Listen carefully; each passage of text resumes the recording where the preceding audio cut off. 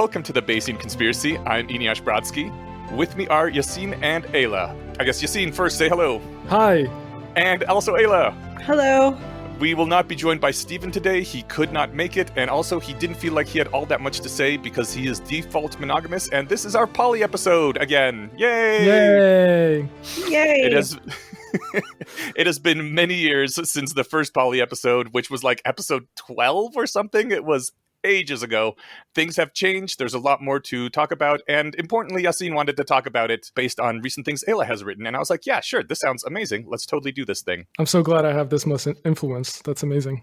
Anytime someone has a very interesting topic to talk about, I am up for talking about it. And especially like you just are an interesting dude with great ideas. Stop it. Stop it. Seriously, every time I see there's a new Bailey podcast out, I'm like, oh, fuck yeah, there's going to be something crazy in here. Yeah, so Aella and I also talked about poly, I think 3 years ago now on the Bailey podcast, so can't stop. Oh, wow. I completely forgot. Since you pitched this and you actually have an outline, I do have some things I want to ask/talk about as well, but you are the most organized amongst us. Do you want to kick things off, Yassine? Yeah, so I think the best place to start is discussing definitions and specifically Aella's, what I consider idiosyncratic one. So Aella, how about you tell us what your definition of polyamory is? Oh, yeah. My preferred definition is one where you don't restrict your partner from pursuing relationships with other people. Why specifically do you prefer that definition? Well, first of all, is it fair to say that it's an unusual definition? I think like polyamory is sort of a cluster of things like you're engaging in polyamory or you are aroused by it or you don't restrict your partner.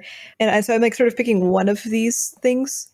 And I think people often include that trait in their definition of polyamory, but I'm sort of distilling it down more specifically. So yeah, the distillation is a little more unusual, but it's like part of a very commonly used cluster. For what it's worth, I've been poly naturally poly my entire life since I actually found out about it, formally poly for many years. And I think that is an amazingly good definition. It doesn't strike me as idiosyncratic. And if people disagree with it, they're probably not thinking things through. Yeah, I haven't really had poly people like actively disagree with it. If I go to the Reddit of polyamory and I look at what the definition is, it doesn't just say like what restrictions you put on your partner, but also what you personally want. So it could be engaging in polyamory or wanting to engage. So if we use that definition, like what's the problem with that? Why is yours a better one? Like, I'm happy with there being a word that means like wanting to engage. That seems fine. My guess is this probably encompasses the majority of the population and is kind of the default. Like the non-default thing is allowing your partner to have sex with other people. And that's why I think that's like a little bit more core to polyamory versus the other thing. When you say the default, you mean for the whole population? Yeah, I would say the poly people specifically. No, even the monogamous population, I think that they have like arousal responses and interest in pursuing sexual experiences with other people, sometimes romantic. And they just don't. They like actively suppress this because monogamy requires it. Not everybody, obviously. Like there's definitely monogamous people that never experience attraction to more than one person in their entire lifetime. But by default, I think like interest in having more than one relationship is not something that's unique to polyamory. But then it just leads to these situations where, let's say, for example, there's one guy who has a harem of women. He doesn't allow them to sleep with anyone else, but they obviously don't put any restrictions on him. By your definition, that means the guy is monogamous and the women are polyamorous. Yeah, basically. I wouldn't think that he's monogamous, but I wouldn't consider him polyamorous. That is definitely outside of polyamory if you are telling the people that you love that they can't love others. That would be, I don't know, some kind of, what was the term, polygyny back in the day? Yeah. They used for those kinds of relationships? Yeah, which is a different thing. And yucky in my opinion, but I don't know, maybe some people like that. Wait, why is it yucky? Because it's placing restrictions on people you love, which just feels really bad to me. Yeah. Okay, I really want to understand this because to me, the definition that, I'm not a language prescriptivist. I just go with whatever, with the flow on this. But when I tell people, someone is polyamorous, I would think that the idea that I conjure up in their mind is they have an interest or they're actively engaging in multiple relationships. I mean, like Aella said, I think everyone kind of has an interest in relationships with other people. They just don't act on it. Yeah. I guess it's a matter of threshold. Like if you have an errant thought, does that make you necessarily part of that orientation? If you're straight and you're like, I wonder what it's like to kiss a guy, does that make you gay? I mean, if you're not pursuing it, I would think obviously not, because isn't that literally what monogamy is, of the kind that the non-default monogamous people work with? It's suppressing all those desires. But you just said, like, if you're not pursuing it, then obviously not. So if you have, like, I guess, like a vague interest in multiple relationships, but you're not pursuing it, would you also say you're obviously not poly? Well, the vague interest is different. Like, I think the comparison to being gay isn't quite right. It's like if everybody's gay, like secretly you're like, well, I mean, obviously masturbating to other men is really hot. But I'm not going to do this because we have insane social stigma against being gay. I'd be like, I think you're probably gay, even though you're not acting on it. And I think similarly, most people, I don't think it's like, I wonder what it would be like. Like, I think most people like actually would enjoy having other relationships. Typically, this happens after a relationship gets very old. Like, if you're in a relationship for 10 years, 20 years, at that point, I think it's pretty high rates of people expressing interest in other relationships. So the example of the guy with the harem, setting aside whether or not it's yucky, that does fit your definition of poly, meaning the guy is monogamous because he places restrictions on who his women sleep with, but the women are polyamorous even though they're sleeping with one person. I think monogamous people would argue with you about him being monogamous. Well, I'm not claiming he's monogamous. I'm using Ailla's definition, which is kind of like the reverse. Like, what restrictions do you place on your partner? So the guy places restrictions on all 50 of his harem. So by Ailla's definition, he's not polyamorous, even though he's sleeping with 50 people. But simultaneously, the women that he's sleeping with, they don't have any restrictions on who he sleeps with. So by Ailla's definition, the women are polyamorous, even though they're only sleeping with one person. Yeah, I agree that it's a kind of counterintuitive definition, but most definitions like kind of fall apart at the seams, and I think mine is the most consistent. Like, yeah, I'm happy to define it in that way. Like, in the same way, a guy who is like married and then cheating on his wife with a mistress, I wouldn't consider him polyamorous either. I mean, most people would even say that he's monogamous and cheating. The women sound like they're probably polyamorous. I don't know, but the dude can be both not monogamous and not polyamorous. Well, I'm not really claiming that he's one way or the other. I'm only using Ailla's standard to figure out how it breaks down. I mean, ideally, we have multiple terms for this. I think I actually wrote an old article where I tried to introduce like two spectrums, and one was like, how much are you acting on it? And the other is like, how much do you restrict your partner? Like, inclination versus restriction. Like, I think that this is in fact more accurate and would be better. And then we could be like, this guy is like, I forget the term. I think it was like multiamorous. Like, he's like multiamorous, but not poly or something. But we don't have another term for another spectrum at all. So if I had to pick one spectrum that I think it really gets at the core a little bit better, I think it is the lack of restriction. But I agree, it does not do the entire job. And there's definitely other important aspects that are failed to be captured with this. I have an interesting question for you, Yassine. So Stephen is not here because he didn't feel like he had anything to contribute, but he is what he calls default monogamous, where neither him nor his wife put any restrictions on the other, but neither of them actually really want to sleep with anyone else. Right. Like, maybe in the most abstract way, but they're like, whatever, nothing worth acting on. Would you consider them not monogamous? No, I would consider them functionally and practically monogamous. That was going to be exactly my follow-up question. If you have people that are, by all practicality, they're all monogamous, they're not pursuing any other relationships, but they haven't explicitly put any restrictions on each other, the two people just kind of default into not seeking other relationships, I would consider them monogamous. And I think, if we had a survey, hint, hint, Aella, I think most people would consider them monogamous. But by Ailla's definition, they're poly. Yep, I think so. Doesn't that strike you as kind of odd? No. Like, I've been in relationships where we're poly, but then we we're just dating each other and we don't really have a desire to go out and fuck other people for a while. And I'm like, do I suddenly become monogamous during that period of time? Or like, maybe like you're in a long-term marriage and then you're like, hey, honey, let's make it, I want to change the rules of the marriage where like now we can both see other people if we want to. And they don't do this yet, or they're just like busy and they don't get around to it, but they both could if they wanted. I would consider that to be polyamorous. Like, the shift in the relationship seems meaningfully different than the time when the standard monogamy where you're not allowed and you're expected to be exclusive. And again, I agree that this is not a term that gets at all of the important things. Like, in this relationship, I would say if with the two spectrum blog posts that I wrote, the multiamory versus polyamory, I would say that they're like very high on one and low on the other. I think like if we had good terminology in civilization, we would just use those two spectrums, but we don't. So I agree that like when you're trying to compress multiple traits into a single term that is consistent, then it gets weird. So what's the problem with my definition, or like r/polyamory definition, which is engaging or wanting to engage in multiple relationships? Because I think a lot of monogamous people want to engage in multiple relationships. They just suppress it.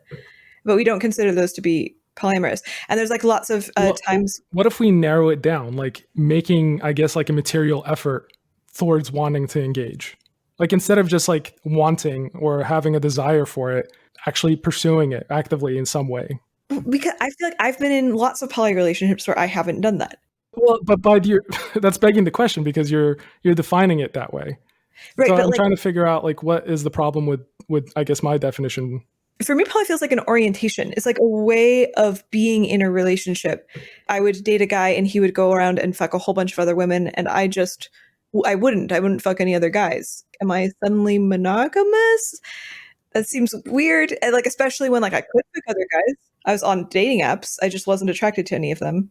Okay. To me, whether or not something is weird is really whether it communicates it to other people. You know, if I tell someone I'm monogamous or so-and-so is polyamorous, I would think that they have an idea of what I'm talking about, instead of, I guess, assuming your version, which is whether or not they place restrictions on others. No, I agree. I think that this is like the same kind of thing as like, what is a woman? Like in the vast majority of cases, you use the term woman and people know what you refer to. Right. But like if you're going into the edge cases, it starts to fall apart and you need to have like a consistent definition. Then this is why, like, in colloquial culture, polyamory like refers to a cluster of traits. And this mostly seems fine. So your objection to I guess like the traditional, what I would call the traditional definition of monogamy, polyamory, is that if you're temporarily not pursuing it, then you think it's weird to be considered one way or the other? Yeah, because it seems like really dependent on circumstance as opposed to orientation. Like again, I'm orientation poly, and there seems to be clearly something different about my psyche than other people's. In a similar way to people talk about being gay, honestly, I think. And it seems just very strange to be like, well, you only are poly if you are like actively engaging in certain habits. And I'm like, what? It's like being like, you are only gay if you are actively like seeking for a homosexual relationship. And I'm like, that's not. That feels like it's really missing a very important element that lies at the heart of all of this. The vast majority of my time, I am living with one woman and just seeing her. Even if I'm dating other people, like, am I not poly unless I'm on a date with someone else? Am I not poly unless I'm literally in somebody who's not her? Like, where does it extend to? So I'm not a linguistic prescriptivist. Like I said, I think it's just like a way of how do you meaningfully communicate your situation? So for you, Enosh, if you are, I guess, not seeing other people, I would say you're practically monogamous while you're not actively pursuing other relationships. But then as soon as you put in some effort, some meaningful effort towards pursuing other relationship, then I would say then you're practically polyamorous. I'm not like using it as a label to designate your essence. You know what I mean? It's just like whatever you're doing. I just very strongly disagree with that. I have had, like Aella, multiple times in my life where I'm just with one person and not pursuing anyone else. Like usually in the first year or two of a new relationship, if I'm not seeing anyone else, like I don't have that interest, but it doesn't mean I'm not poly. I would be absolutely like this has happened before where I was in a relationship and we had some blow up and it seemed like I might have to convert to mono or something to keep the relationship. And I just tried to vision that. And it turned into my life is absolutely crumbling and I cannot live like this. I'd rather be dead sort of meltdown. And I realized like, no, I would really rather not be in any relationship at all than to ever be forced back into that situation. Hallelujah. Even if I'm not seeing anyone else at the time, I can't live like that. Yeah. Okay.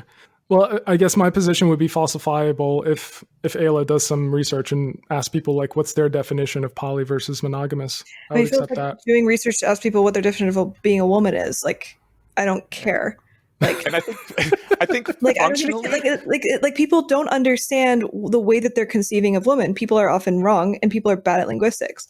Like, I'm down to use poly in a functional term. Like, I'm down to use it casually. Like, I get that people sort of view it, but I'm saying that most people haven't thought about it. Most people are not consistent about the way they use this terminology. I think functionally, Ayla's definition and your definition basically work the same in almost all cases. And where there are edge cases where it breaks down, hers is better. Because, like, the one guy with the harem is not poly, which makes hers better. The poly people who aren't dating other folks at the moment are still poly. So there will be edge cases where hers doesn't work and yours does, but those are far less common than the opposite, in my opinion. Okay. Sorry to spend so much time on it. The main objection I have on this is that I think the framing is insidious because it does put in place this freedom and oppression dichotomy. It's if you're poly, then you're not restricting others. But if you're monogamous, then you are imposing restrictions on others. And everyone understands restrictions are bad and freedom is good. So it has this like implicit virtuousness to it. Well, I think that might be just some bullshit that we as liberal Americans live with, and we should embrace the fact that not all restrictions are bad and not all freedoms are good, maybe. Well, I think the question should not be like, are we trying to avoid virtuous framing, but rather, is this accurate? Are poly people, in fact, placing fewer restrictions on their partners? That too. I mean, yeah, they are, but I just don't understand. Aligning it on that version doesn't, like I said, it doesn't make sense. Like the guy with the harem is considered monogamous because he's not letting other people, even though he's fucking 50 people. That's the part where it just breaks down. Well, we could just say he's not poly and not monogamous. But, like it's not a dichotomy necessarily.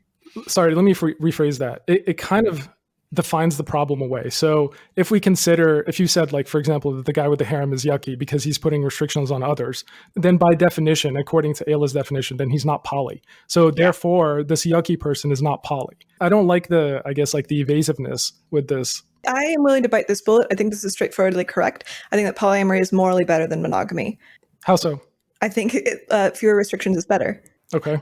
Also, separately, I think that there are lots of ways in which it is like ridiculous to expect people to do the morally better thing. And there's like a lot of judgment inherent towards saying something is less good. I think there's a lot of morally better things that I could be doing in my relationships. There are like limits and insecurities I have about things that partners can do. And I think it would be better if I were the kind of person that did not have those limits and insecurities. But I am not, and I am okay, and I accept myself for that. And I think it's good to choose insecurity, to be like, hey, you know what? In my life, I have a certain amount of effort to put into being nice to be around. And I just like, it's like not worth it for me to put that into like trying to be poly. I strongly support this. Why do you think more people aren't poly? Well, what's your estimate for how, I guess, common polyamory is? But I mean, it depends on how you define polyamory. If you're defining it as a desire to engage in relationships with more than one person, I would say probably 70 to 90% of the population. If you're defining it as like willing to let your partner have relationships with other people, I would define it as probably closer to 5% of the population. Okay. Do you make a distinction between, I guess, cheating and doing it openly? Yes. Cheating seems bad. Right. I know it, but I'm talking about like percentage. Oh, well, I mean, I did some research on this. Cheating rates it depends on the population you're looking at. But if you're looking at like a non-religious, secular, unmarried populations, cheating rates get up to like 40% in long-term relationships. Okay, so you'd say about like 30% have a desire to do it openly, I guess, like sleep with other people openly, not surreptitiously. Is that about right? Wait, where did you get the 30% number? You said 70% of the population has a desire to pursue multiple relationships, and you indicated that the cheating rate is around 30 to 40%. So I just subtracted that.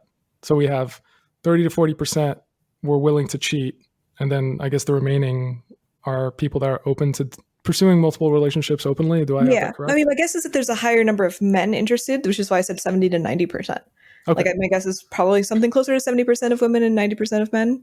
So on the flip side, when you say it's about 5% that are willing to not place restrictions on their partner, why do you think it's that low? A couple of reasons. Cultures have had various like approaches to polyamory over time. Monogamy has been pretty culturally big in a lot of centuries for a while. This makes like kind of evolutionary sense: paternity, certainty, family stability. And then this sort of plays into culture. And so like now, even though we have the capacity to test paternity and the capacity to avoid getting pregnant when you don't want to be pregnant, we still have like a huge amount of cultural hangover from the times we didn't have that tech. Okay. So it's kind of, I guess, a maladaptive trait. We evolved to be suspicious of paternal origin. And so we created all these institutions to ensure that. Yeah. I mean, it was very adaptive at the time. Okay. Right. But now it's, I guess, maladaptive in the face of more accurate paternity tests. Yeah. Now we have like the ability to trust people using tech. Okay. For what it's worth, I think there's probably several different reasons why the monogamy thing evolved rather than just paternity, but most of them are obsolete now. I am still somewhat worried about one, but I don't know. I haven't thought about it deeply. Okay, so I guess to not beat around the bush, obviously the STDs, STIs was a big one as well back before we had both barrier protection that is decent and modern medicine. And that is definitely less of a concern nowadays. And the other one, which I have been recently hearing about and seems very interesting, is basically a way to reduce terrorism and social chaos.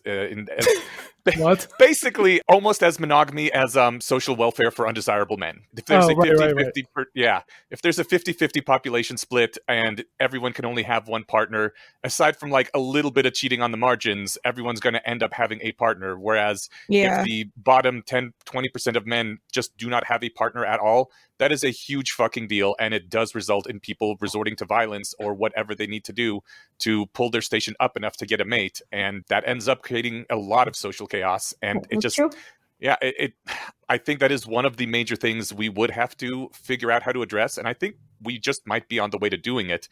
How to get those bottom 10% of men to not be so sexually frustrated that they resort sex to robots. Maybe. I don't think that would quite work, because you don't want just sex, you want intimacy, right? And I don't know if sex robots could provide that, but maybe they could. LLMs are getting much better at being like humans. And just to be clear, like I don't have any moral, like I'm functionally monogamous, and I enjoy my life. And also, by the time this episode will be released, I'll be married to my partner. Oh, congrats! Yeah, thank you. So I don't have any moral objections to monogamy. To polyamory. I was a big slut, so I have no moral objection to promiscuity either. For me, I guess my objection is more, it's not for me, and I also just don't really understand the appeal. So there's no like surreptitious like moral judgment or like some tradcore bullshit or anything like that. Yeah. I mean, if you're not telling your partner what they're not allowed to do, then I think you're poly in my eyes, and that seems cool. Well, I don't think I ever told my partner she's not allowed to sleep with anyone else. I think it's more like understood. If she did sleep with someone else, like, yeah, I would be pissed, and I'd probably break up with her immediately. Does she know that? Yeah. Okay. I mean, as long as the knowledge is common, that's great. Right, but that's also an edge case when it comes to the definition. Why would you be so upset if she slept with someone else? I was going to talk about this when we discuss jealousy. It's generally talked about, I guess, a negative reaction when a valued relationship is threatened by a rival. I don't know if that necessarily captures the sentiment fully, because what it really gets at is the lack of security and assurance. Because you can imagine a situation where, to answer your question more directly, attention is limited. So if my wife's, I'll just say that, if my wife's attention, a slice of it gets devoted to someone else, then I would wonder, I think reasonably, like, wait, what happened? Like, why am I getting less attention? Did my position change? What has changed? Does this mean that you don't want kids? No, I do want kids. Okay. Potentially. So it's like only attention for certain categories of people. What do you mean by that? Like, I'm assuming if she has kids, she's going to pay a lot of attention to them. Yes. And then less to you. Yes, correct. Yeah, but that's fine. That wouldn't be reflective of a change in my position. It'll be similar to if she got a job and was working longer.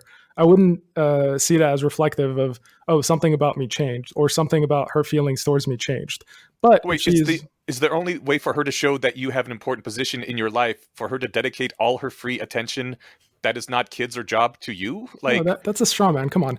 That's what it sounds like when you say that. No, I didn't say it's only when she devotes all her time, all her free time to me, that's when I would be satisfied. I'm more thinking about the shift. So think about, I guess, how friendships play out. If you have a best friend that you hang out with every week, you do this regularly, and suddenly you hang out less, I think it's reasonable to assume that something has changed. That if, unless their time has gotten scarcer or something, but if they're spending time with someone else, I think it's reasonable to conclude that they're more interested in spending time with that other friend than you. Okay, so I have a question. Let's say your wife is on a business trip Mhm. and she meets like a foreign traveler. They don't exchange contact information, but he gives her a clean STD test. They have a one night fling stand. She leaves. She has absolutely no interest in seeing him again. Would you be upset? Yeah, because it would indicate that I was not enough in some respect. But that's just true. Like, no one is ever completely enough for everyone. I You're never going to be able to provide her novelty. No, that's true. Yeah, I concede that, but it's more about I can concede that we're not necessarily 100% perfect for our partner, but I guess it's going to be a matter of degree. If we're operating at practically speaking at 95%, then that's good enough for me. But if that wedge becomes bigger, then I think it's reasonable to conclude that there's been a shift in attention or desire. What if you're in a relationship for like 15 years? You've only been banging each other for 15 years. It's like old hat. And then Mhm. she has like the fling. And then she comes back and she's like, that was a nice experience. I still love you though. I have no interest in pursuing him. I just like wanted to see what it was like to have a little bit of novelty.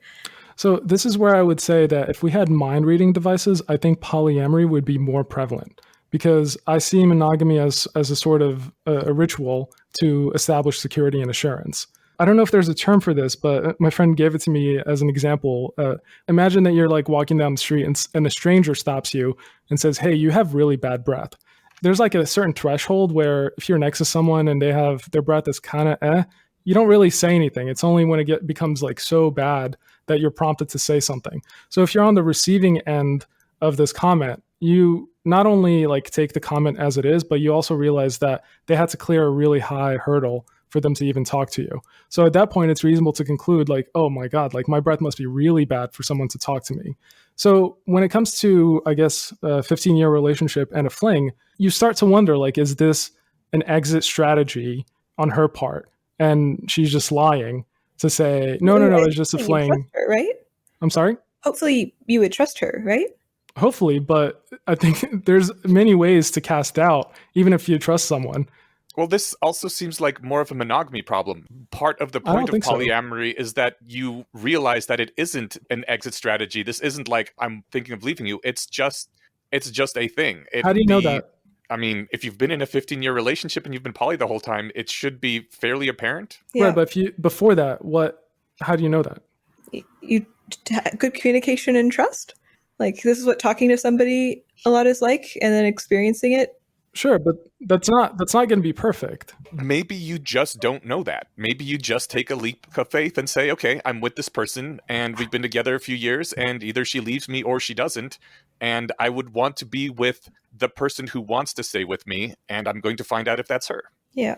Sure, but I think we were probably aware of several instances where someone is in a relationship and they're like, okay, how about we try being poly? And then it just falls apart. Or they use that as an excuse, as an exit strategy to an off ramp off of the relationship that is much more comfortable than breaking things off abruptly. Absolutely. I think this absolutely happens. I assume you've read my like polyamorous blog post with the research about poly.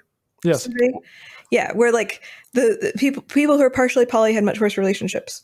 And I think that this is at least partially due to the thing you're describing.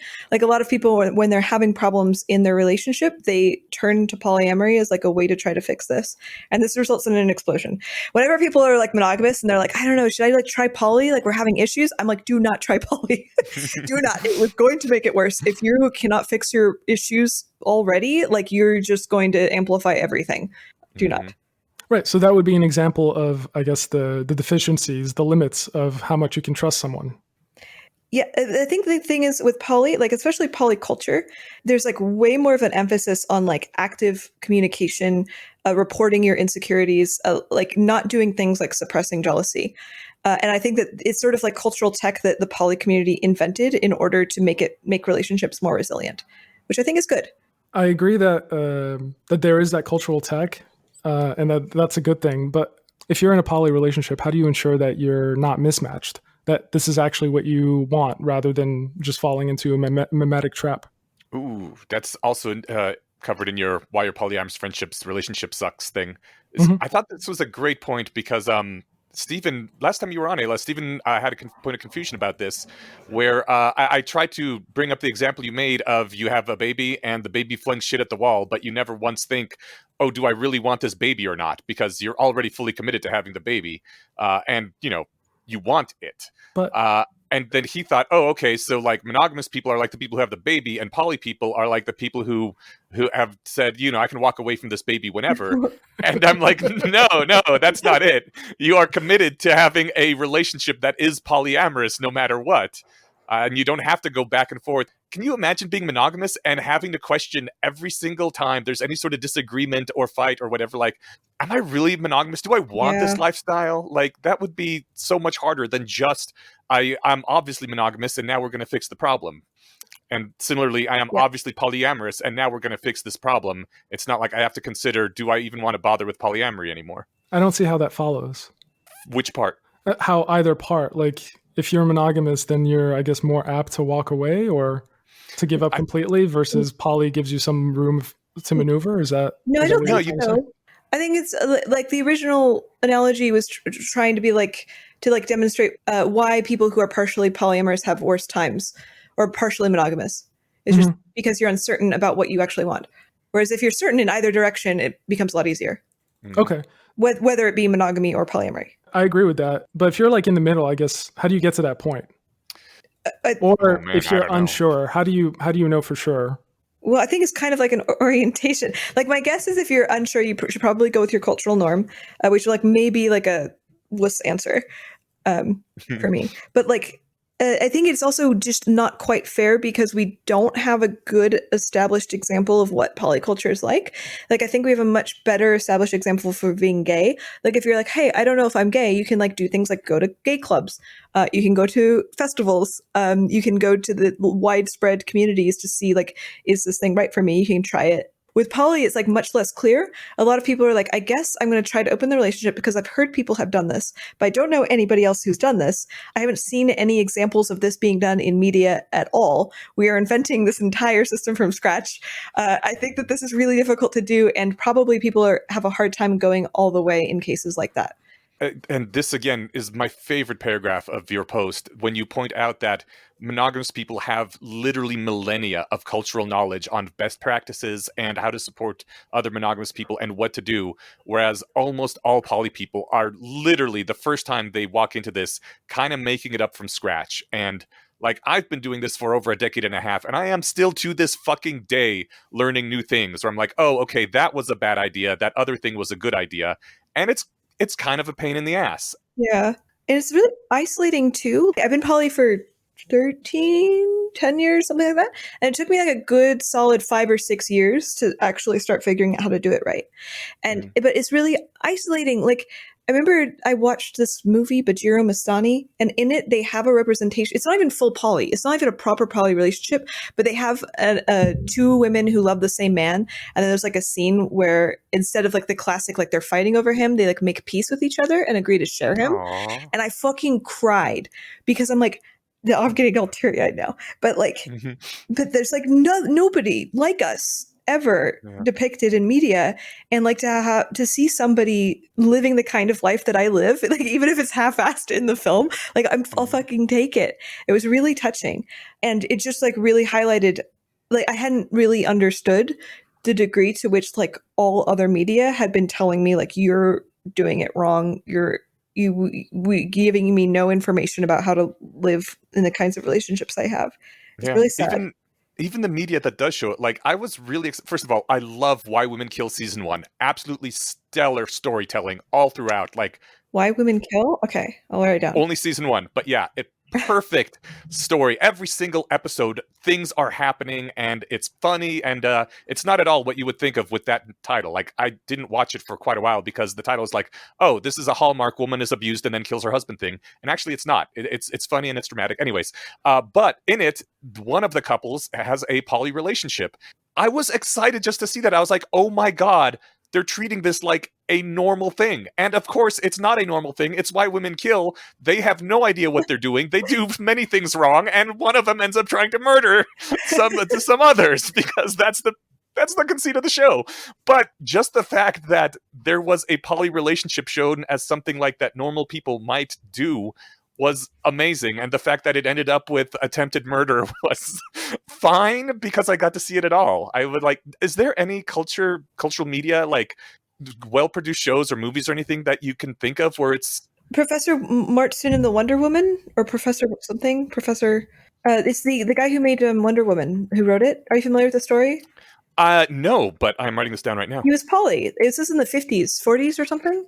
I did hear about that he was poly and super into kink, and you can see it all throughout the Wonder Woman stuff. Yeah, and he like lived with two women who like had to conceal the fact that they were in a poly relationship and like, pretended to be, I don't know, sisters or something from everybody else because of fear of persecution.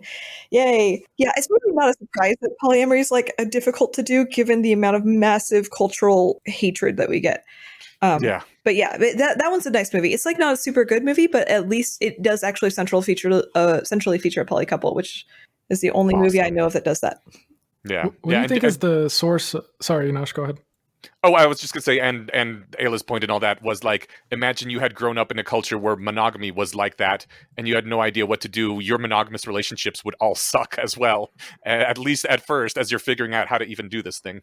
Yeah. I totally concede that. I think there is a lopsided, at least overall, the cultural bias is definitely in favor of monogamy in terms of the institutions, the rituals that you have, and polyamory as a cultural technology is definitely underdeveloped, but not uniformly so. There's going to be pockets of people figuring it out, like the Bay Area, for example. Is the Bay Area figuring it out well? I think so. You would know better, Ayla. Yeah, I mean, there's like pockets where it's like in the rationalist community, there's a pretty high percentage of poly people, and just having a high concentration makes it better because like you absorb ambient cultural knowledge. Like your poly friend tells you about a relationship that exploded that was poly, and now it's just like a tiny little data point you can absorb. Or somebody like tells you about, casually references a date they went on with their poly friend and then mentions that they like came home and cuddled with their other partner. And it's like a tiny data point, like, oh, other people are doing a thing where they're caring for their other partners after dates or something. Like it's just like ambient absorption of lots of little details, which I think is super good. Why do you think polyamory is disfavored culturally? Is it just I guess like a residual evolutionary standards or impulses? Yeah, I mean, mate guarding is like important for knowing who your children are and stuff. I mean, bonobos are interesting in that they don't really do this that much, but we're also closely related to chimps, which do this really aggressively. So, like, my guess is like at least to some degree, it's like pretty innate. In addition to all that, monogamous people, when they do hear about polyamory at all, it's usually when someone they know has a giant clusterfuck disaster. Yeah, and they don't hear about all the good relationships because they're in the closet, or the 7 years of awesome relationship before it blew up for some reason. They don't hear about that either. So there's not any cultures that are fully poly as far as I know, but there's definitely cultures in which we have less strict monogamy is normal. Like, did you see this one interview with Japanese girls on the street where somebody's going around asking women, like, so if your husband sees a mistress or a sex worker, is this cheating? And they're like, no. Or like the culture in France, like, you're supposed to, it's fine to have a mistress as long as you don't embarrass everybody by talking about it. And I wouldn't say that this is quite polyamory because often there's double standards gender wise, but there's definitely lots of like normal successful cultures where the level of like mate possession that we have is not present, and it seems to work well.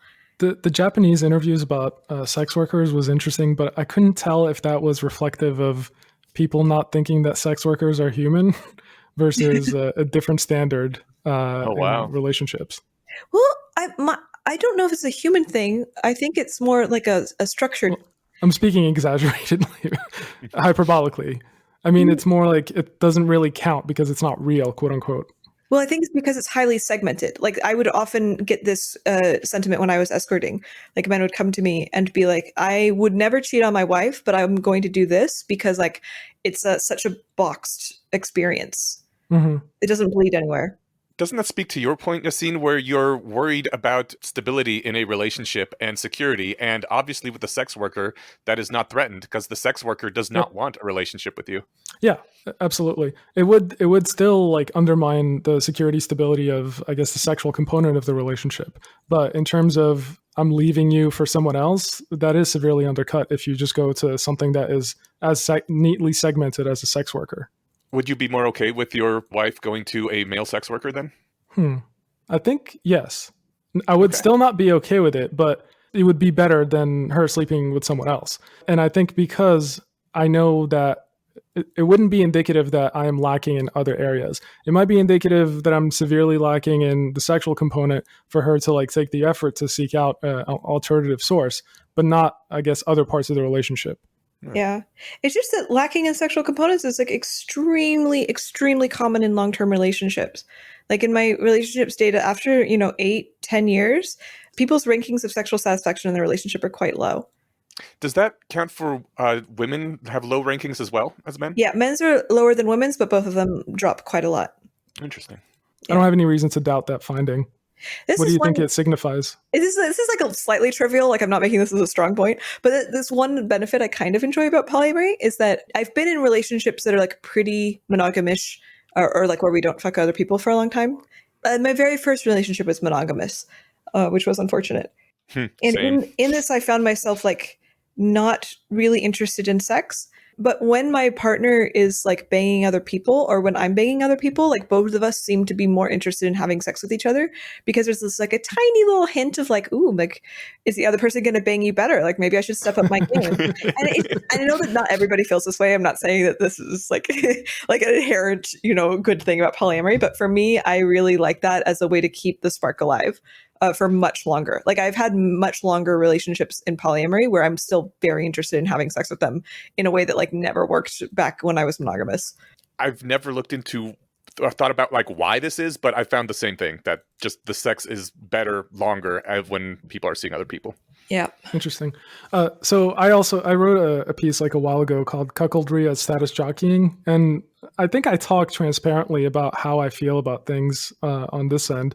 The only time I've ever been interested in polyamory, and for the record, I think there's like a blurry line between casually dating multiple people at once, ostensibly to find a monogamous relationship, and being in a polyamorous lifestyle, using my definition. I don't know what the bright line rule is. So the only time I've ever been interested in poly in the sense of sleeping with multiple people is when the person I was sort of seeing, I just didn't care about that much.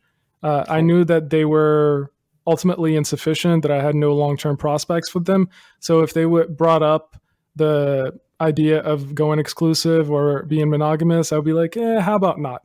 And truthfully, like the goal there was, I'm just holding out for someone better. Yeah. Okay.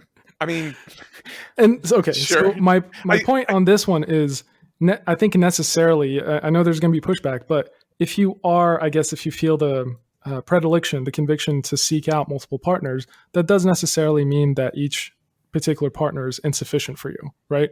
You're saying that it does mean that each particular partner is insufficient? Yes. Or doesn't? Okay. Partners are absolutely insufficient. But there's a range. There's a range. There's the difference between saying I'm 95% satisfied with my partner and I'm 20% satisfied with my partner. Right. Isn't seeking multiple, like the more people that you seek out, isn't that more? I think like the dilution is inevitable, don't you think? No. Dilution? I'm a little confused. If you feel the need, the predilection to seek out multiple partners, to me that does necessarily, the implication there is that each individual partner is that much less satisfying. But imagine saying this about conversational partners. Yeah, that's true. I would bite that bullet too. Okay, so why are you talking to anybody besides your wife? There's going to be like, I guess, diminishing marginal utility.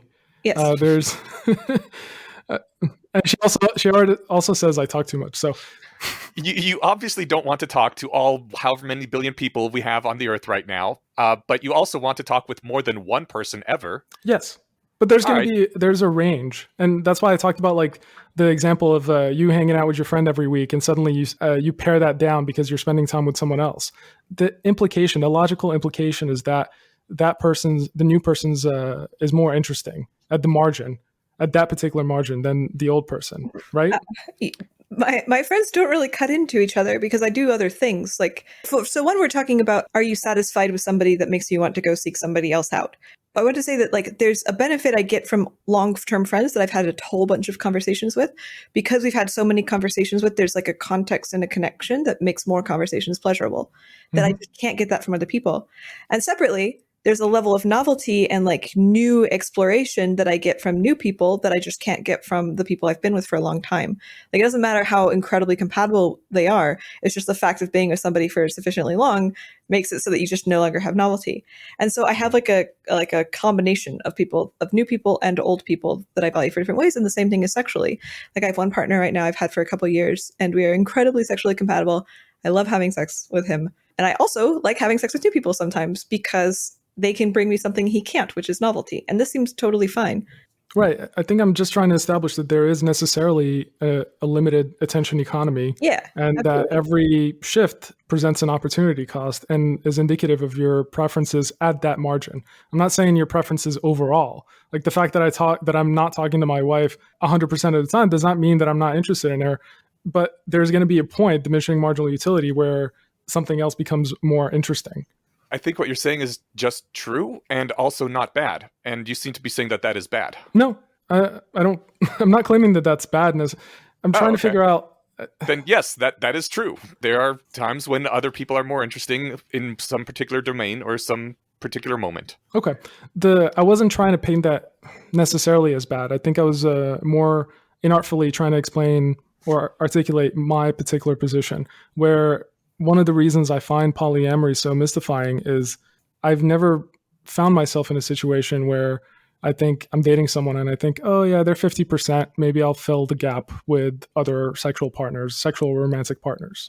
It's not like you're treating people as replaceable cogs and one filling in with the other, but you are in a relationship and you realize that someone can't fit all of your needs because they're one person. And I am the same way. I realize I cannot fill all of my other partner's needs as well, but that's okay because there's more than one people in the world. Okay. I also would find these arguments more convincing if like monogamous people bit more bullets. Like, so often monogamous people are like, like I'm afraid of, spend like my partner spending too much time with somebody else or something. And I'm like, it's always the, like, your partner's on vacation, they have a fling with somebody, it's safe, they never see them again. And I'm like, if you're okay with that, but not okay with the relationship, then that feels consistent to me. But like when people are like, well, I wouldn't be okay with them even having a fling, even if it didn't take up time, even if it wouldn't impact my life if I didn't know about it, then I'm like, I sort of doubt the rest of the arguments because it feels like there's actually a deeper thing here. Well, I think there's a valid explanation to not wanting the no strings attached, completely safe fling that happens on a vacation, because it is indicative of, I guess, some sort of desire that hasn't been met. Yeah, you're never going to be able to be novel, like after the first bit. Well, there's going to be, again, this is also a range in terms of, we're talking about a spectrum about how novel, how lacking do you need to be for someone to be prompted to seek out an alternative source. I just don't know how much of this is innate versus like people in new relationships. Like when you're in new relationships, it's difficult to imagine what you're going to feel like in 15 years having sex with the same person. I don't know. Some people are like it. Some people have sex with the same person for decades and they're okay with it, but it's just not that many people, you know? I guess, but why would you need to, I guess, envision 15 years? That's not really how we test relationships. Like if they're enjoyable in the moment, we keep them going. We don't say, oh, I hope I'm planning out. I hope that this is all worked out in 15 years. It sounds like if a relationship is enjoyable in the moment, you are not okay with it going on if you are already married to someone else? I don't understand. I'm confused by that. Sorry. Okay, so you said like if you're in a relationship and it's enjoyable, you're fine with it just continuing, but you draw a bright line at sexual contact in that relationship if you already are in a relationship with someone else as well. Yeah, it's primarily just a lack of interest. Like, why bother? I have a lot of friends that are in polyamorous relationships, and they're getting any time to hang out with them is like pulling teeth. One of my friends calls it calendar kink. Yeah, all the people all have a kink for calendars and scheduling. Yeah, that's fucking true. So, I mean, I see how busy they are and just like how much board games they play, and I just wonder. Like, all right, busting out the stereotypes, are we? Hey, it's much easier. I get it. It's much easier to find people, willing players, when you're in a fucking polycule. There's nothing wrong with that. To me, it's more like, why go to all this effort? And maybe I'm just like supremely lucky in that, I've dated around a shit ton, and I'm very, very happy with my wife. Maybe I'm just lucky and I just found like one of the lucky anointed few that doesn't see, I guess, like why it's warranted to spend so much effort. Are you familiar with the concept of a backup spouse? No, maybe. I mean, if I can discern what that means just based on the words, but I don't know. Okay, yeah. Basically, from what I've read, almost everybody who is in a relationship has in their mind some idea of a person they know who, like, if something, the unthinkable were to happen to my partner, car accident, or they leave me, or it turns out they're secretly gay or whatever, there's this other person I can go to and I can confide in, and maybe we'll have a relationship. They're like my backup spouse in case this spouse falls through. Apparently, like, almost everyone has someone in mind like that. And I think that's fine. But also, like, if you already have a backup spouse and you guys are already like good friends and spend a lot of time together and you're attracted to them, can you just not also fuck sometimes? I mean, this just gets back into the attention economy. It's not naturally limited. So I don't know. I don't see how you avoid the implication. I don't think there's an implication that if you sleep with someone, you lose your other relationship. And I'm not saying you lose it. I'm not talking about in absolutes. There's going to be a spectrum, a gradient in terms of how devoted you are or how interested, how much attention you're providing a relationship, what that conveys about how much you value that relationship. So I really enjoy spending time with my wife. I spend a lot of time with her. Those two are in concert with each other. If I start spending less time with her, if I start spending time with other people, or if I want to fuck other people, that necessarily means that my interest in her in time or sex has necessarily reduced. Yeah, I mean, there's definitely a level below where you don't want to have your interest in your partner fall, because at that point you start growing apart and the relationship is not going to progress into infinity if that's what you want.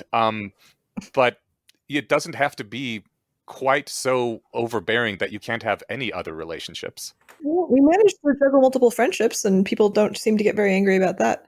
Yeah, very close friendships sometimes. I don't think that contradicts anything. I think it's just a matter of marginal utility.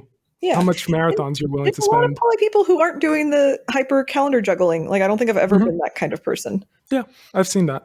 I think if you shave off 1 or 2 hours a week to spend with someone else, that's not as bad. And if there's another half dozen hours where a bunch of you are in a group doing things together, then that's still good. I see your point. I just don't think it's as big of a deal as you think it is. I mean, I realize you're probably still very much in this, I want to spend all my time with this person. Oh my God, she's so amazing thing. And that is wonderful. But like, also, it's probably going to fade with some number of years where you're much more comfortable with each other and you're very devoted to each other.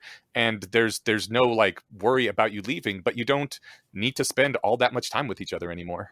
Yeah, I can see that things can change. When I was talking about cuckoldry, I was, I guess, laying out the justification for having a double standard when it comes to polyamory in between men and women, where I guess like a man sleeping with other women is not as consequential from like a lizard brain standpoint as a woman sleeping with another man. How come? There is like the I guess like the ambiguous paternity that Aella referenced, but there's also the status jockeying where like the other experience I had with polyamory is I slept with 2 married women, like not at the same time, who were in open marriages. It was exciting because to me, I interpreted it as, oh, your husband sucks. That's why you have to have sex with me. And I enjoyed that part. I enjoyed, I guess, being the bull in that dynamic because it's hard to avoid the implication that her husband is unsatisfying to her. That's why she has to come to me. And so I saw that as me kind of like getting to the top of the totem pole. Okay. In the way that you're talking about this in general, I'm starting to get like a sense that you're really coming from a strong framework of like, if somebody is good at sex, why would you ever want other sex? Like, I mean, I'm saying something very obvious. Like the only reason she could be fucking you is because her husband's unsatisfying. Like this sort of like there's like a winner, there's a loser, like one or the other kind of thing. Part of it, yes. Yeah. So that might be part of the crux here. Like maybe if this is the way that but you just said it's true. So what exactly is your objection to it? Did I say that's true? I think that's very specifically not true. Sorry, I think what you said is if you're good at sex, then why would someone want to have sex with someone else? Oh, I was trying to describe your position. Oh. I don't literally believe that. Yeah, there's going to be some element of, yeah, if you're satisfying, then why would someone want to seek alternatives? That's what I've said, I guess, this whole time. I also can see that there's going to be element of novelty that plays into it, so that someone choosing someone else does not necessarily mean that they're completely unsatisfied with you. They're just trying to check off the novelty check mark. Mm-hmm. There's also the matter that if you've had the best meal in the world, would you ever want to have the second best meal in the world, or just have that best one? Yeah, because of Constantly. novelty. I can see Okay. that. I'm not Okay. denying that. Like, honestly, if what you got out of that sexual experience was that rush of victory, then I don't want to take that away from you. That sounds like it was a really fun thing, and I appreciate your kink, but it's not necessarily the case Well, in all situations. Yeah, that's true. But I guess that forms like the basis of my objection, where if my wife slept with someone else, then I would think, oh, what happened? Did I go down in the totem pole of the status? No. Yeah, that's the big difference between us, probably. Yeah. Because, like, in my mind, it's like fucking one person has very little to do. I mean, sometimes it can, but very often it has very little to do with fucking anybody else. Okay. One thing I was wondering, Aella, I think you mentioned that poly people have an optics problem. Oh, man. Right? Yeah. Like, you were talking about the yucky association with the guy that has a harem. I have a friend, well, I guess someone that I'm actually seeing now, who hates the word poly. And she's like, I can't believe that I have to use this word in reference to myself. I'm like, you don't necessarily have to use it, because it has the implications of a bunch of nerds playing board games that that are very awkward around sex and too open and cringy about everything. And, I guess, I don't know, like, it's a word, though. We can't just like keep cycling words on an escalator. I don't think it's just the words. By the way, I love board games. I'm not talking shit about them. I think it's there is a cognizable trend, I guess, of cringy poly. I don't know if that's necessarily what you're referring to, Aella, when you said this, and I don't remember when exactly you said this. There was also another finding in one of your surveys, and again, when I present this, I want to be clear about what I'm implying, but there is a positive correlation with BMI between, like, the more poly you are, the higher your BMI. Yeah. And I'm more curious about, like, what your theories are for the optics problem, or what you consider the optics problem, and also, I guess, the BMI relationship. I don't remember what I was talking about when I was talking about the optics problem. I'm not sure what's going on. My guess is there's something like abnormal things correlate with each other. Like with fetishes, there's a general fetishistic factor. Like if you're into one fetish, this is predictive of you being into all of the other ones. And I just was looking at one result in my data where men who start watching porn between the ages of like 13 to 15 are tallest. Men who start watching porn very early or very late are shorter, which is a bizarre finding. And so, like, I don't know, I think this is all like lightly pointing to something where, like, if you're abnormal in one aspect, you tend to be deviant in others. There's like in the same way as there's a fetishistic factor, there's also general abnormality factor. This would be one of my theories for why poly people have higher weights. I wouldn't be shocked if they were also shorter or something.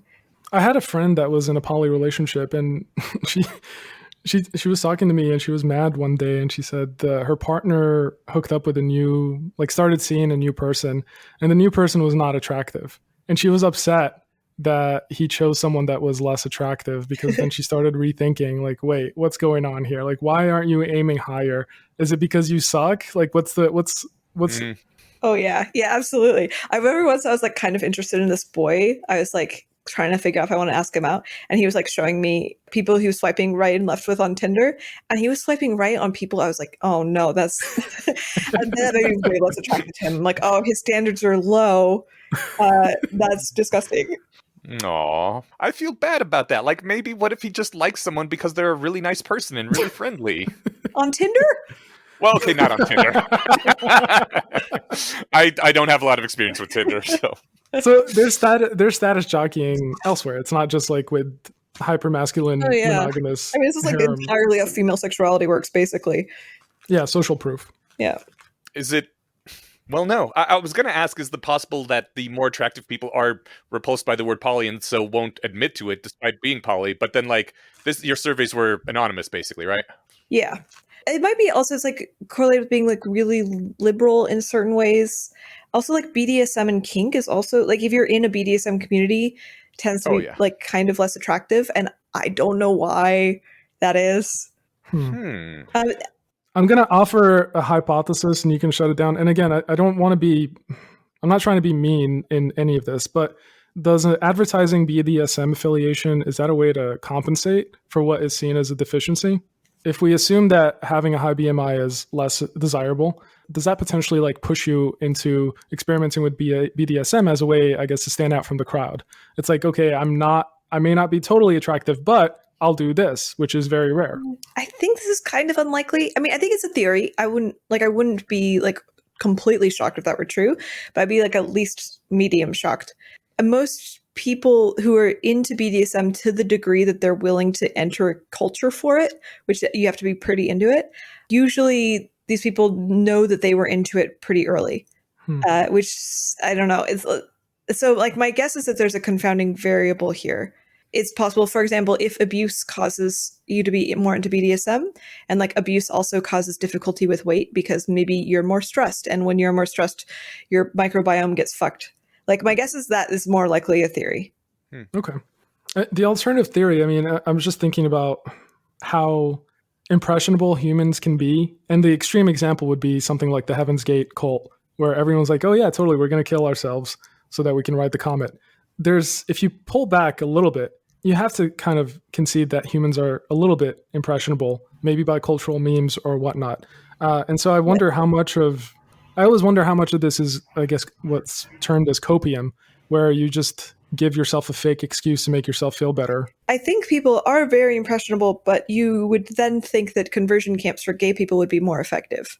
It's going to depend on like what exactly you're changing, like shifting from one king to another, but retaining, I guess, the overall same sexual attraction orientation doesn't seem as massive of a jump. I view sexual orientation as basically the same kind of thing as kink. I don't view them as inherently separate. I think that they like come from probably similar places, and ours just isn't innate.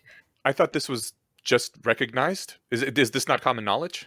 I'm going to concede to Aella, given the data set that she has as a club to wield people to wield. But it doesn't necessarily reflect, I guess, my experience, because sometimes I go through phases where I'm very, very interested in one thing or another. No, but maybe right. that's So not. this is my theory of kink. So a lot of this, so I do have a big data set, but also sort of I do have theories that are my personal interpretation of the data, and people might disagree. But I think that like the data seems to indicate that there's two ways people have fetishes. One is like fetishes that occur very early and are very strong and extreme, and ones that sort of occur later. And like a classic example I give is like if you're a teenager and your girlfriend would always put her hair up when she gives you a blowjob, and now when you see girls put their hair up, you're like, hey, I kind of have a half chub because I really associate this. I wouldn't consider this like a strong, I mean, I'm using terms badly, but I wouldn't consider this a strong fetish in the classical sense. This is kind of in the same way where like maybe you're straight, but like as a teen, you were kind of fooling around with other boys and like you kind of get into it because like their mouth feels good on your dick. And like if we had a very gay positive culture, like maybe you were raised up with the Spartans where everybody sucked each other's dick. It's like you kind of get into it, right? But I wouldn't consider you to be gay in like the innate way, in the way where you're like 5 years old and you're staring at pictures of penises, or if that's what 5-year-olds do, I don't know. And so I think that like there's a way that like kinks can be sort of, you can get into it if you try, but the way that a lot of people have BDSM is not in that way, especially the kinds of people that are showing up to like BDSM communities and make it a permanent part of their lifestyle. These are the kinds of people that like this was their earliest memory, and by people I mean I am speaking for myself. Like some of my earliest memories are being like absolutely fascinated by things with BDSM elements, and it is like an obligate and integral part of my sexuality. And this is different. I think this is very similar to being gay. Yeah. And when I said like I defer to you, I was saying even though you don't necessarily posit a theory that's based on your survey data, the fact that you're so immersed in your survey data gives you credibility. Oh, thanks. Yassine, you had a thing that really struck me as interesting, which was only touched on as passing. You said there's a lot of parts of monogamy that are ritual that we enact for reasons.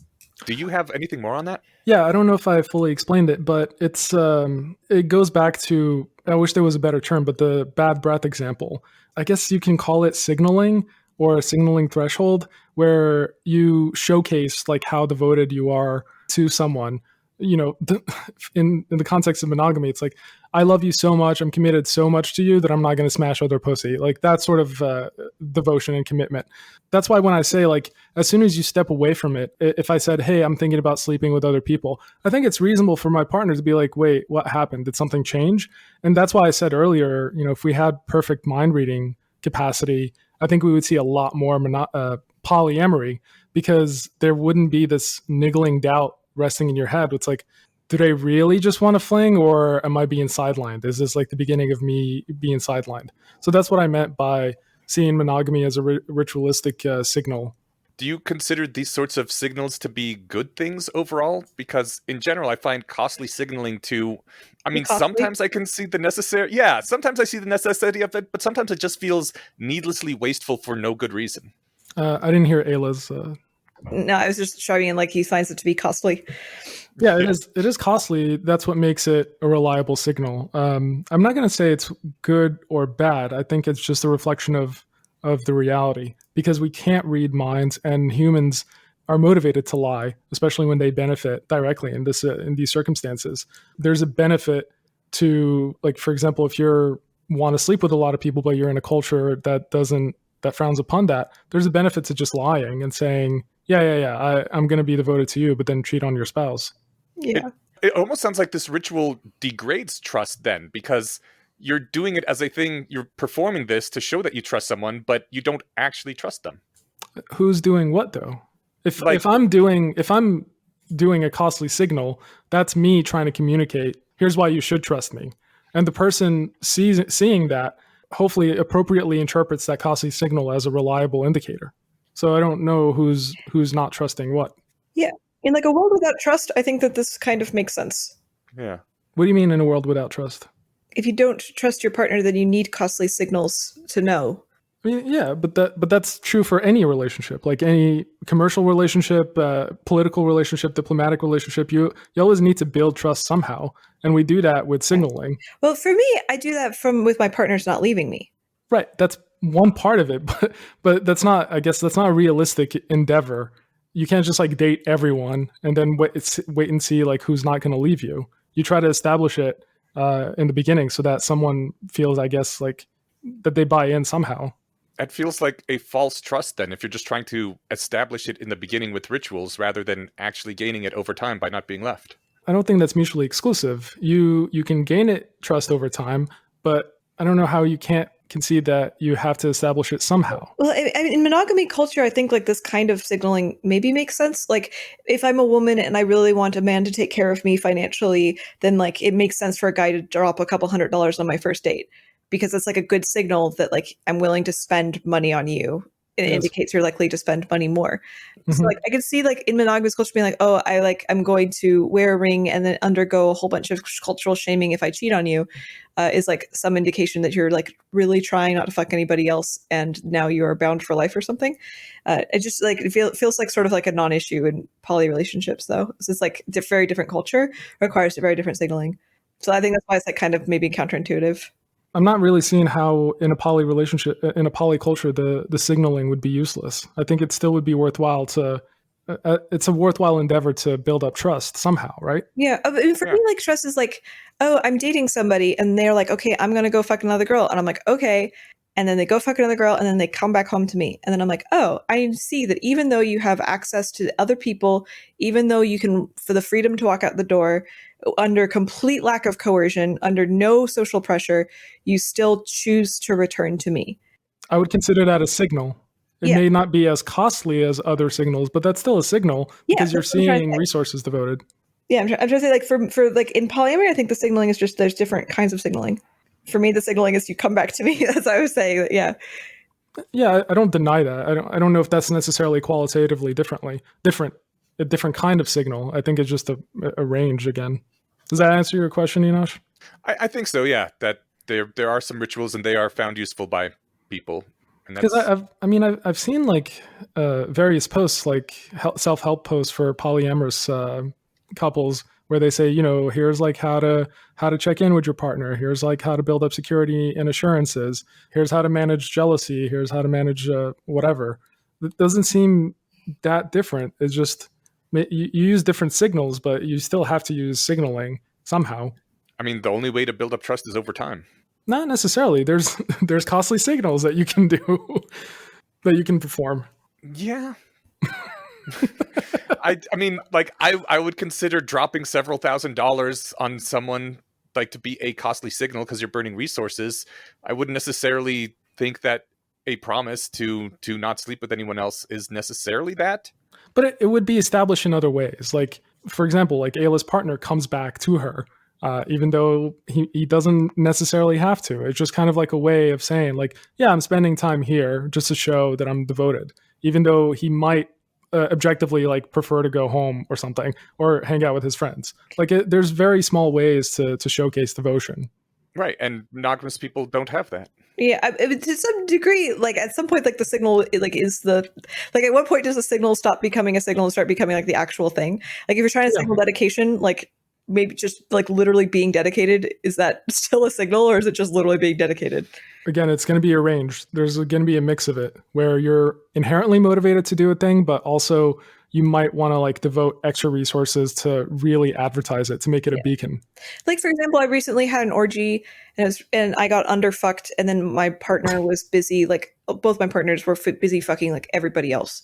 Just like there's a bunch of other girls in town and they were busy just like, and so I got very like not very much attention. And then my partners noticed that I was being sad about it and then went and gave me a lot of attention intentionally to like reaffirm that like, hey, I still care about you and you're still worth our time. And that was really wonderful. And I would consider that maybe some sort of signaling. Like maybe ideally they might not have tried to fuck me because they were busy having sex with too many other women in a short period of time. So maybe it wasn't like ideally. I would think that's a perfect example. Yeah. I mean, the one I had in mind was more wholesome. Like I picked up my mom at the airport and I made sure to get there early to show like, look how much, like how hospitable I'm going to be. But if I was, 3 minutes late or something, it doesn't matter, but it might have an impact on her overall. Well, did you want to show up a little early, or did you feel resentful about doing that? No, I didn't feel resentful. To me, like inherently it doesn't matter, but I showed up early just, I guess, to loudly advertise like, welcome mom, like here's how much I care. It's a way, I guess, to... Did it make you feel good to do that? Yeah, it made me feel good to make my mom feel good. Well, that's what you want, or at least that's what I want. I want people to do the things that they want to do and not to signal things. And if they're busy signaling instead of doing what they want to do, then I'm not getting the correct what they actually want to do message. I don't think that's mutually exclusive. I think you guys are being too literal about what signaling means. I think it's going to be a range. You can be dually motivated to do an action, and it can be a mix of things. Yeah, I don't think I'm like very anti-signaling in general. Yeah, I just consider it much like my friend Steven, who just doesn't want to sleep with other people, and that's, I guess, beautiful. That's his thing. That's their thing as a couple, and that's great. Yeah. Yeah, cool. I'm totally in favor of everyone doing what makes them happy. Again, I'm not against polyamory morally. Yeah, I'm totally happy for Ayla's life. You would just be unhappy if it turned out that your partner did want to sleep with other people. Yeah, I'll just find someone else. Yeah, well, no, I mean that makes sense. People have different desires, different wants about what they want from their partners. We are running up on the end of our time here. Have you covered the things? Yeah, I covered the things. It's not my podcast, unless you want it to be. No. I was very curious as to what you wanted to know, and this really led us to explore a lot of things which I probably wouldn't have thought to bring up myself. Cool. And hopefully I wasn't too harsh, Ayla. Oh, that's I mean, that was too harsh. Right. I don't know. I was thinking, go that hard on it, but I was thinking a few times, like, oh man, am I being too harsh on Yassine? Are we teaming up on him? Like, no, I can take it. It's all good. Like, maybe this is not fair, but I was like, it's kind of nice to not be the outnumbered person as a poly person, or like one poly, whatever. It's like usually it's like the one poly person and a bunch of monogamous people yelling at you. So. Yeah, you guys have a military advantage, at least proportionally. Excellent. I will make sure to always have people who agree with me on if someone disagrees with me. All right, cool. This was fun. Real quick before we go, both Yassine and Aella, where can people find your stuff? Let's start with Yassine. All right. Yassine Maschot. You can go to YMES, whatever. I don't want to spell it. Just put it in the show notes. I have a Substack. I have the podcast, The Bailey, and I post on Twitter sometimes. And I'm Aella, knowingless.com. Excellent. And you are still getting more data and doing more science to it from what I last heard. Yeah, it's just a constant flood of data. I can't stop.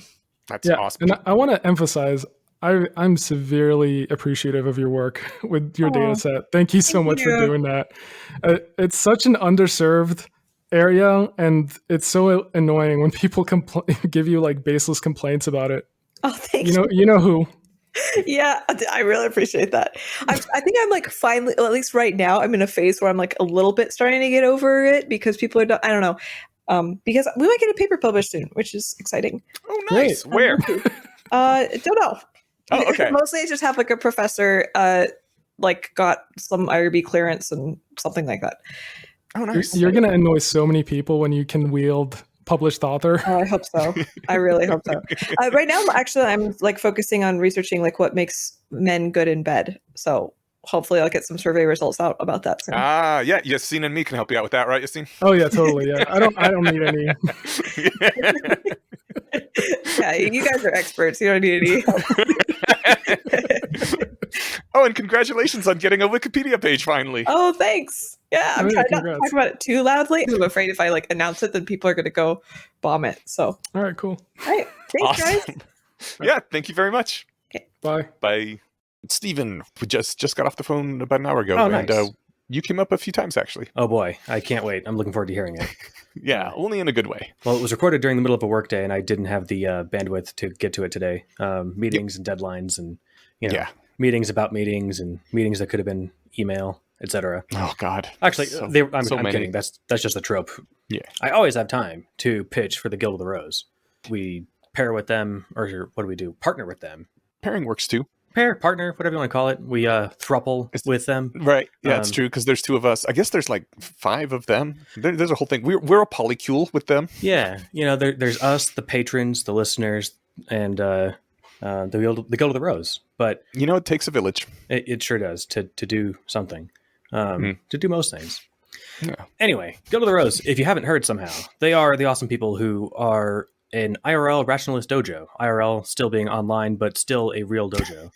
And Yes. they do everything from applied decision theory to training in everything, most everything we talk about here. Yeah. If it has to do with rationalist techniques, I think our conversations, we try to implement them, Mhm. and our less wrong posts try to summarize them. But if you want to actually practice with them, it's the difference. Yeah. It's the difference between watching a dance scene and trying to memorize the moves versus practicing them yourself. Yes, they have a whole methodology. And yeah, I think that's a good analogy, because you watch a dance scene and then you go and try to dance, right? That's real life. But like sometimes you can go to a dance class where they will take you through the steps and show you how to do them most easily and make you practice them over and over as you get them down. And that is the Guild of the Rose. Exactly. Except for rationality, except for instead of dancing. Dare I say, more important. Oh man, that's a hard call. I think I'm probably with you on that one. If we had to pick, which If fortunately I we don't. had to. Yes, Yeah. because we're too rational to be forced into such terrible dichotomies. That's right. Anyway, they're great. Check them out. Yeah, links in the show notes, as always, and also guildoftheRose.org. Perfect. Yep. On to the less wrong posts. Let's do it. Okay, first one is categorization has consequences, and he starts with a lovely anecdote about when blood types were discovered. Anecdote? Factoid, I guess. When blood types were discovered, and also, you pulled this out, the fact that if mother has a different blood type from her son, she can develop an allergy and risk future pregnancies to that blood type. Then he ends the paragraph by saying, thus people learn their blood types before they marry. It seems prudent, but I don't think anyone actually makes an effort to do that. I happen to know mine, and I happen to know my wife's, and we happen to match, so that's pretty cool. Ooh, okay. So I know mine. Are you A positive? I am O positive. Oh, hey, I can still take your blood. Dibs. You could. Yeah, okay, no problem. All right. If you need some blood, I will give it to you. I got dibs first, guys. Well, it depends on how many people need my blood, but you are really high up in the I list. called dibs. Shit, okay. Can't argue with the law of dibs. All right. Yeah. I forgot this from the last time I read this post all those years ago. Tell us about blood types in Japan. Yeah, blood types basically play the role in Japan that astrological types play in the West. Do you remember the first time you were playing a fighting game or something and just looking over the profiles of the people, they're this tall, this hair color, eye color, and then it said their blood type? And I was just like, well, I guess it's a fighting game. Maybe they lose a lot of blood. It sort of makes sense that they would have that in there. Wow, no, but I don't remember it listing that, but I'm going to go ahead and skim whatever 90s Mortal Kombat page here and see if it shows anything. I'm sure one of them would. There were a lot of games that came out, directly imported from Japan that in the character profiles of the characters within them would list their blood type. And I was very confused by that for many years until I learned that blood types are their astrology signs. That sounds like it's even an even bigger deal than our astrology signs, because I don't think our fighting games have those. But Oh, that's true. that's isn't that interesting? People find whatever they can to, I heard somebody in the wild recently for the first time in years mention their astrology sign and their husband's, and she and I share a birthday week. And she's like, "Oh yeah, we're both Libras. Luckily, my husband's an Aries, or whatever one was compatible or something." Oh my God. And she just said it like she believed it. And I mean, she might. I didn't dig into it because I didn't want to be, there was no reason to. But I always just assumed they're being cute and having fun. yeah, my start arguments / fights about all those stupid things days are behind me. Yes. We won the atheism wars. We can leave that behind. I think we did. Yeah. Anyway, so yeah, that was a revelation. But yeah, this isn't just about blood types and stuff or astrology. This is because people are always trying to find things to categorize around. And if you don't have astrology, you'll find blood types. If you don't have blood types, you'll find skin color or hair length or whatever, right? Yeah. He brought blood type up specifically because it's a fairly recent discovery. There's no mysticism behind it before the modern era. And he says there's never been a war between blood types. There's never been a political conflict between blood types. The stereotype must have arisen strictly from the mere existence of the labels. I'm glad that it seems like we're probably past the window where there would be a war or a political conflict between them. So far as I know, there wasn't one for astrology either, but what a dumb thing to have a fight about. It would be really hard unless people intentionally segregated into neighborhoods by blood type, because you can't tell someone's blood type without drawing their blood and doing a test on it. Yeah, you'd have to... it would be really easy to lie about, and that would be very expensive for them to find out, right? Yeah. No, it wouldn't be expensive in terms of money, but it would be expensive in terms of like chasing you down and holding you down and drawing your blood out. Yeah, that's what I meant. Yeah, I think okay, the test to do, I mean, the equipment has got to be super cheap because we, as a class, did it in high school, in a public school. Oh, really? So, yeah, it was Oh, great. that's super cool. Yeah, so I mean, I got to draw it and put it in little things and put in drops of whatever to see which one changed color or something. It's been a long time. But all of this is to say is that drawing a boundary in thing space is not a neutral act. Categories are not static things in the context of a human brain. As soon as you actually think of them, they exert force on your mind. And I thought this was a really important point to make, per the title's headline, categorizing has consequences. I can't think of a time where I've heard recently where someone said, well, I can just, I can categorize it however I want, because people don't usually talk that way. People talk that way all the time. I don't think they use those words. I guess I can't think of the last time I heard someone use that exact thing, but I do know I've heard that sentiment expressed. Okay. And it's, I mean, sure, you can, but it has consequences, right? Like right away, the human mind starts trying to find similarities in these groups, and if you call some things by the same name, they get dumped in the same mental bucket. Like it literally has an effect on how we interact with the world, which is, I don't know, I guess to be expected, but also makes me sometimes slightly sad that we are not perfect. I guess it gives us something to aspire for, but it'd be nice if we were better wired to clear this very low hurdle. Maybe it would make us inhuman enough that we don't actually want to do that. And instead, it's just better to know that these things do exert a force on your mind. So don't believe anyone who says it's a totally neutral act. They have an agenda. They might be trying to sneak in some connotations or something. Oh, they definitely are. And great segue, but I gotta put a pin in that for just 1 second, because as far as, I mean, this actually ties into both, but, we got to always lean up on culture war stuff, but this is, fairly innocuous, but I don't know. 40% of people, or I guess half of that 40%, 20% of Americans maybe would say that every Republican is like evil or bad or a Nazi or hates, everybody or whatever. And that's just not true. Republicans come in all flavors and shapes and sizes and ethnicities and orientations, etc. So to say all Republicans are racist is just incoherent. It's one of those things to where, if they're using it as a shorthand for people I disagree with politically or something, that's fine. But if you're going to put them in the same bucket as those evil people who hate gay people, you're doing yourself a disservice. Yeah. It's weird to say that some of my best friends are Republicans because of the history behind that sentence, but it is true. Yeah, there were Republicans in my wedding party. Gasp. OMG. It's a good thing you didn't tell anybody. Yeah, that could have, caused an uproar. Anyway, I hated to ruin your segue into sneaking in connotations, but let's go ahead and sneak in there now. Okay, that is the title of the next post, which starts off with defining the word Wigan to mean people with green hair and black eyes. And in this world of where Wigan means that, there's other connotations in them, like they use too much ketchup on their burgers and they're criminals and shit. And Eliezer says the dictionary doesn't list the many minor connotations that have come to attach to this term, such as criminal proclivities, culinary peculiarities, and some unfortunate childhood activities. The dictionary just points at what the grouping is, how you can easily identify whether someone is in a group or not. And it doesn't list all the other things that we as humans may attach to that grouping once we have found a grouping. Like if your blood type is one thing, you're like, oh, all those people are calm and confident. Yeah, I'm imagining, like to stretch the dictionary metaphor, if like, Blegs and Rubes were in there, and Blegs contained, what was it, Viridium or something? Something. And then Rubes contained Palladium. But let's pretend that Rubes contained something worthless, iron, not worth the time to extract it. The dictionary would say Blegs are blue and egg-shaped or whatever, but it wouldn't contain the connotation that these are also basically worthless and nobody should spend money on them, right? Right. It's just like it's packaged in there. That's a fairly innocuous example, but if you want a culture war, just sub in any race, and you'll see the same. You'll see this applied in a more helpful way. And yeah, Eliezer says, look, if the only meaning of the word Wigan is green-eyed, black-haired person, then why not just call those people green-eyed, black-haired people? And on the one hand, I see what he's saying, but on the other hand, that is a lot of syllables where a two-syllable word can function, because sometimes you want to refer to the same concept or thing or group of things easily, because you're going to refer back to them a whole lot.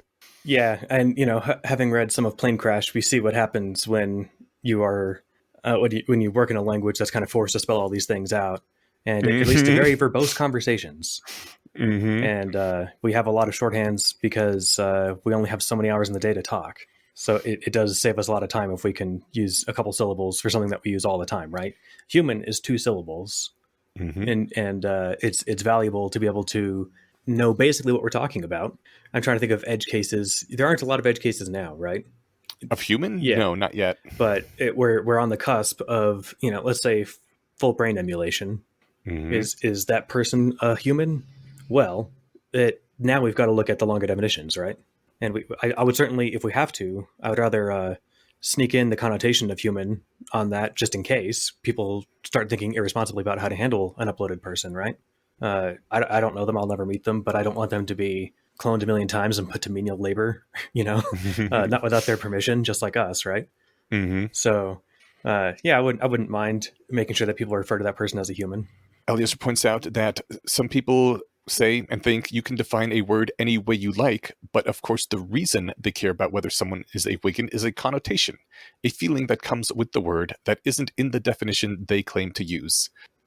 I mean, this is literally the reason behind changing language, right? Because of all the connotations that come with them. Many words are like this, and also like words in a good way. Some people want to be associated with words because those words come with very good connotations. I'm glad that the next post, not to jump too far ahead, but is arguing, quote, by definition, unquote, because that's a very tiresome line of argument. If someone's like, oh, well, it's not really intelligence because it's not thinking about concepts in the same manner that we are, or even more stupidly, on the same substrate that we are. Again, to give credit to that guy, Eric Hole, who wrote that shitty EA article, simulated intelligence is the same thing is just as dangerous as real intelligence, right? Yeah. 2 + 2 is 4, whether I think of it or a calculator tells me or ChatGPT tells me. Yeah. And if you're going to say, well, by definition, I don't know. For the fun of it, can you think of any useful time? Maybe I should phrase this less loaded. Are there any times where it's useful to say, well, by definition? No. Yeah, I can't really think so either. Like, unless we're having a long discussion and we've already hashed out, no, we've talked about, we've tabooed, this word, and now we're using this one. Let's go ahead and use it consistently or something, right? Yeah. In a philosophical essay back and forth situation, I can see that coming in handy, but really nowhere else. Yeah. I do like his point that you can define a word any way you like is like it's a shell game. It's a smoke screen. It's if someone is trying to define a word, but first look at the connotations of that word. And are they trying to bring unearned goodness to a concept that they like, or unearned badness by the connotations of the word that they are trying to change around? Because sometimes maybe just invent a new word for the purposes of that conversation or whatever. Murder is a really good example of this. Like when people say that aborting a fetus is murder, it's not because the definition of murder is, you know, the taking of a human life or whatever. It's because murder has these connotations as something terrible that should be illegal and all right-thinking people should want to punish. That's a perfect example. If there's a takeaway from this, I think that's exactly it, is keep an eye out for what connotation are they trying to sneak in there. Yeah. And it's like, it's plugging. I don't want to, fillet the sequences too hard, but honestly, this deserves it. People do sneak in connotations every time they're doing that, right? Yeah. And it's a shell game. It's a smokescreen, like you said. I've got nothing to add. You phrased it perfectly. I guess I just want to emphasize that. Huzzah. Well, thank you. Yeah. The next posts that we'll be talking about are, as you mentioned, arguing by definition and where to draw the boundary. Ooh, that's going to be an interesting one. Yeah, these are both fun. I think I've read the definition one a handful of times because I go back to that once in a while. Mm-hmm. And frankly, I should have gone back to this one. But I didn't, think to Google sneaking in connotations because this one, the title of it didn't stick to my mind the way that the definition one did. Yeah. But yeah, sneaking in connotations, bad. But what's good? Our awesome Patreon supporters.